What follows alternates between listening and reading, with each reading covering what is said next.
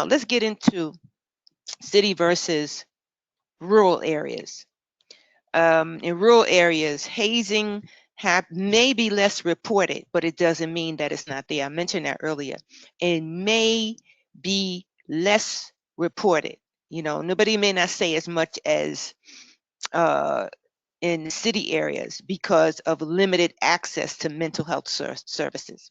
And it's true. In rural areas, it's limited access to mental health sources, resources, and services. That is the whole issue in rural areas. Access. Limited access. In the city, unlimited access. I'm just saying.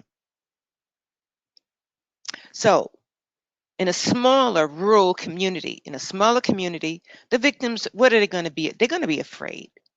They're going to be scared to be, not to say that this that the stigmas and retaliation doesn't happen in the city.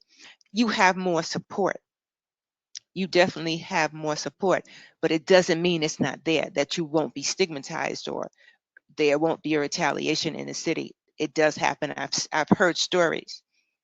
The thing is, again, in rural areas versus urban, there's not enough accessibility, and in urban areas, resources are more available, and the sheer size and diversity of institutions can make it harder to monitor